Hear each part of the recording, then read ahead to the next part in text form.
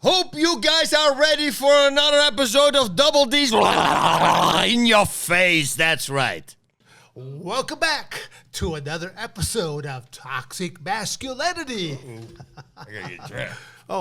I mean, I know we've already been flapping our yap, but I don't think I need really any true introduction for my partner in crime over here, Don the Predator Frye, and myself, Dan the Beast Severn here. We are here to entertain, to offend, defend, state that patriotic claim, hopefully to make you think, make you scratch your head, make you scratch your ass, hopefully not at the same time, you know. If you're that coordinated, let's do it.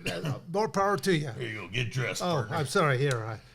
But hopefully you'll be entertained by some of the things that we go across. And I said, biggest thing is we want people, especially Americans, to think a little bit more and to reclaim this beautiful country before it goes right down the absolute shitter. Yeah, it's on the way. Not because of the people, but because of the government.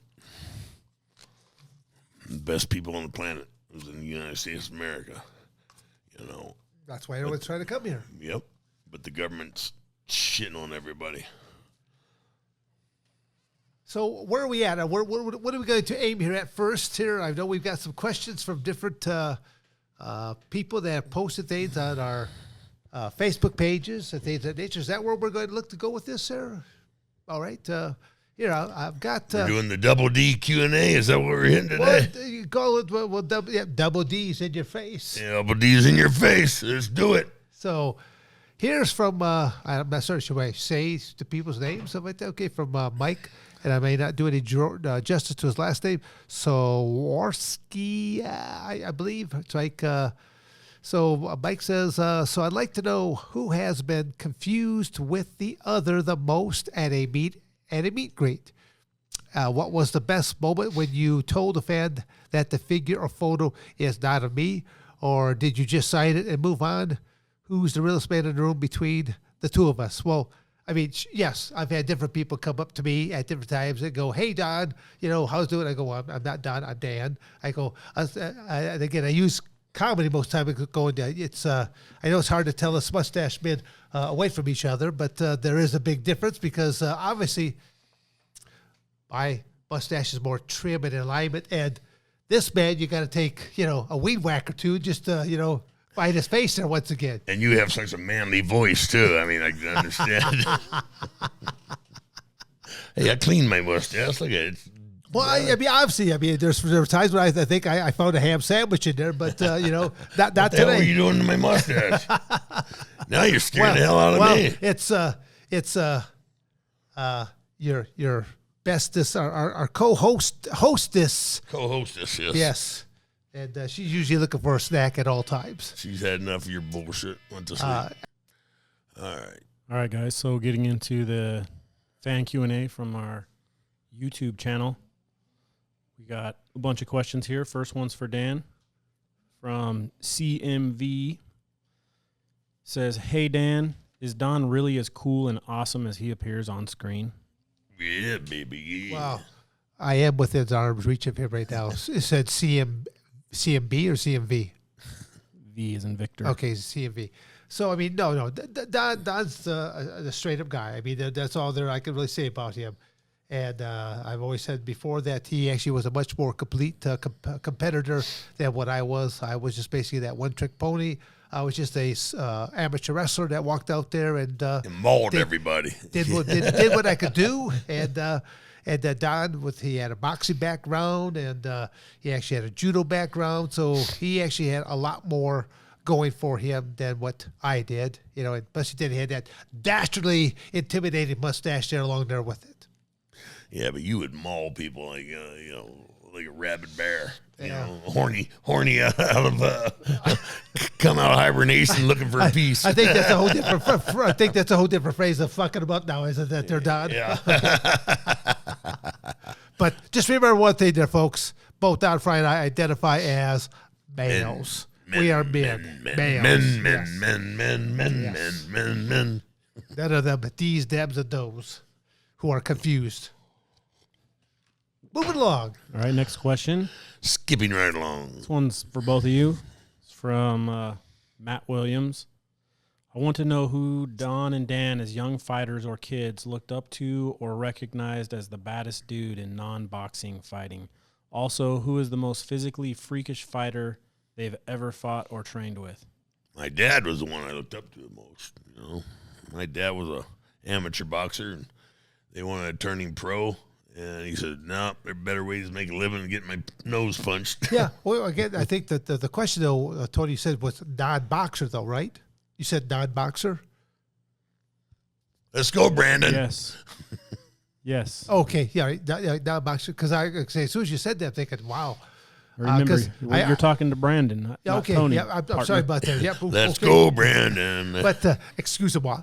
But no, it was because I didn't really watch anything else other than boxing type events. Because Muhammad Ali was really kind of kingpin at that point in time. Seemed like the only thing that was on the three stations. That Yeah, well, again, you're right. Because just go back in time there a little bit. I still remember growing up to where there were only three stations: ABC, CBS, and NBC, CBS, and ABC, NBC, and CBS. yeah, there you go. Yeah, that was only That was it. The three basic stations to where it's not like now when you got hundreds of channels and they got all these people that got their YouTube channel, the whole 9 yards. So it's easy to get lost nowadays. But I really didn't follow any of the other martial arts or combative sports other than every now and then I was very aware of Muhammad Ali, and I really liked a lot of his interviews, and he was very colorful, very entertaining.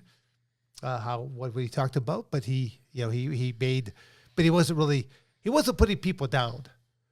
Whereas I see a lot of people nowadays, it seems like it's like the F-bomb bonanza.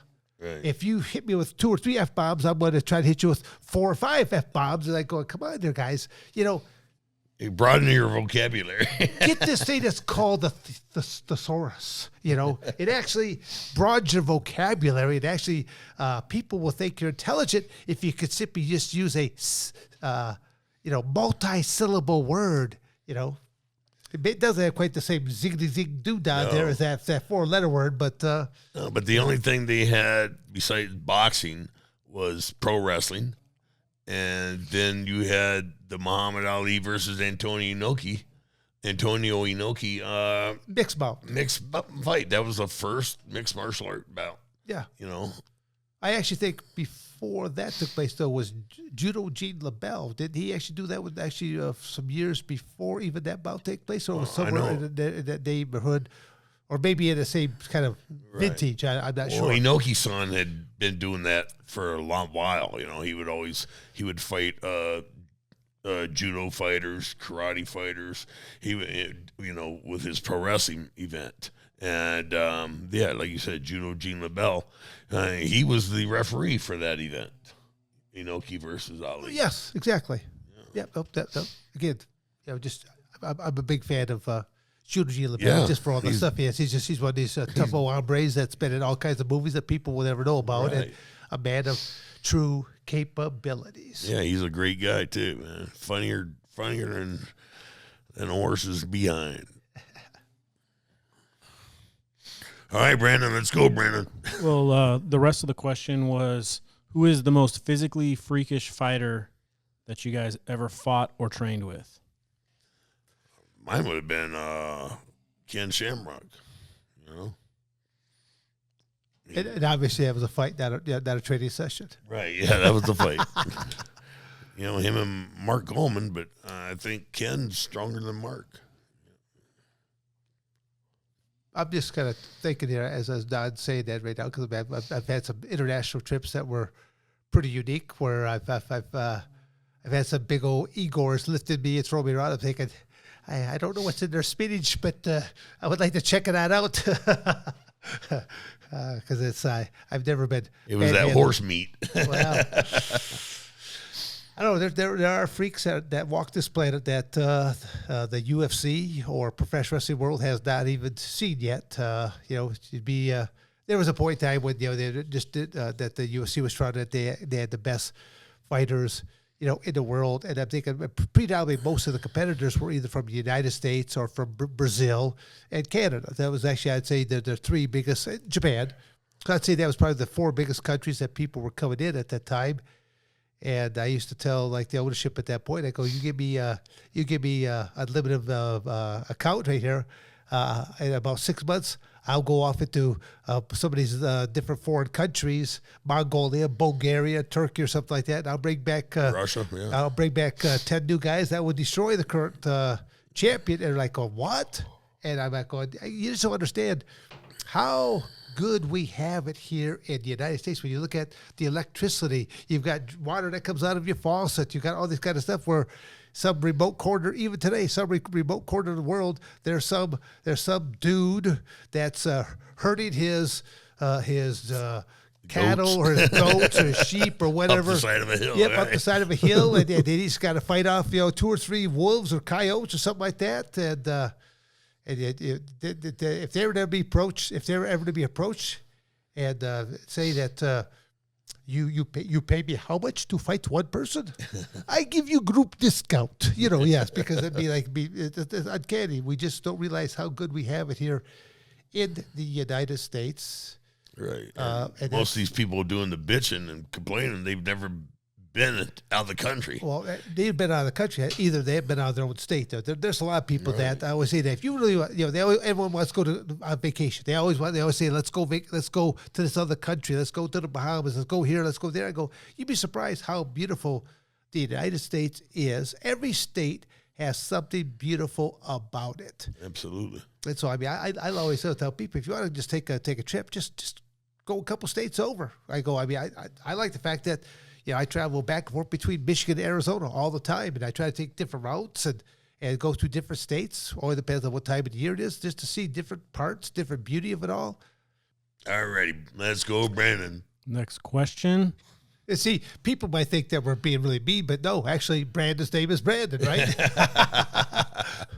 But we're just having a little fun there with it as well. Yes, we are. So this one's for Don. And actually, there's a question after it for Dan, but we'll do this one first, kind of the same topic. Question for Don. Did you enjoy being in Godzilla, the Final Wars film, and would you appear in another one if asked? I had a great time doing Godzilla Final Wars. It was the last Godzilla with the guy in the suit, and I think, unfortunately, he passed away here. And there's and there's little Danny Severn. Look at the biggest star in Japan. Yeah, that was a gift from them. It disappeared for a while after the divorce, during the divorce, and then it reappeared after the divorce.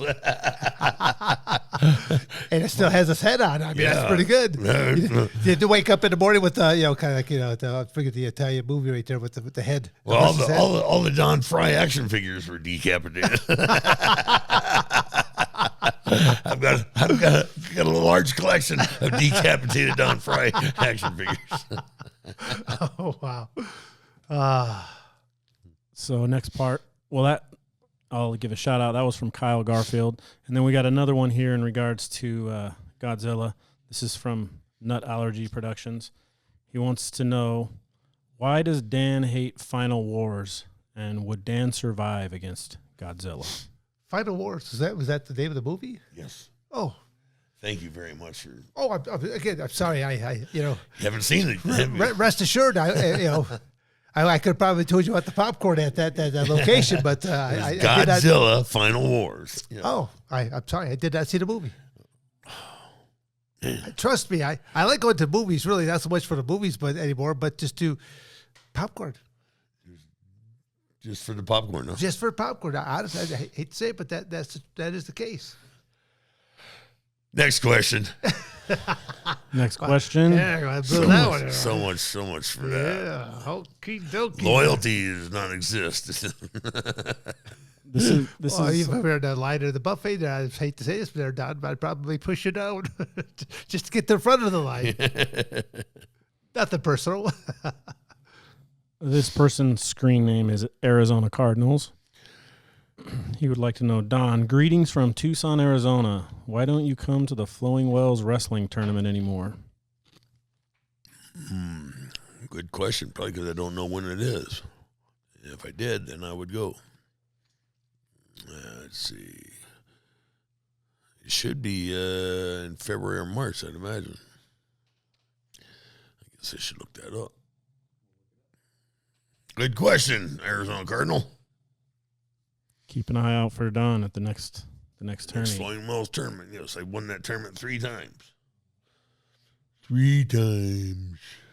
The trifecta champion. Thank you for watching another episode of Dan and Don's Fans Q&A. You better like, subscribe, and share, or I'm going to come to your house.